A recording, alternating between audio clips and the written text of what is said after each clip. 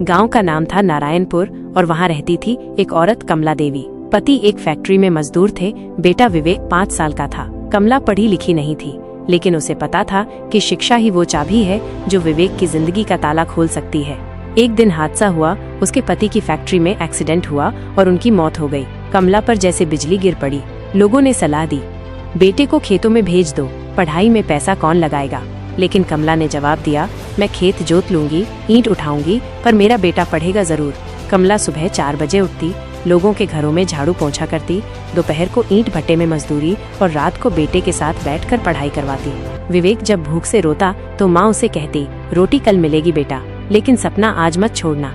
कई बार वो खुद भूखी सो जाती, लेकिन विवेक के लिए दूध और किताबें लाकर रखती।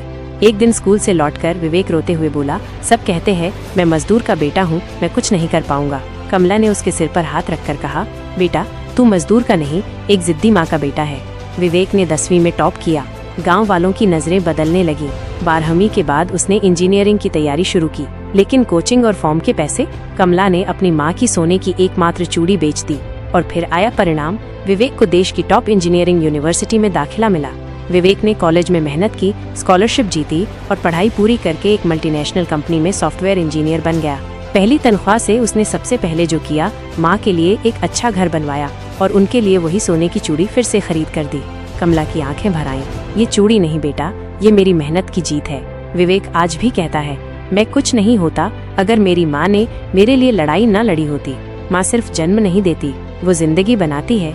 जिसने अपनी भूख मारकर मेरे लिए सपना जिंदा रखा, आज मैं उसकी ममता को दुनिया के सामने सलाम करता हूँ।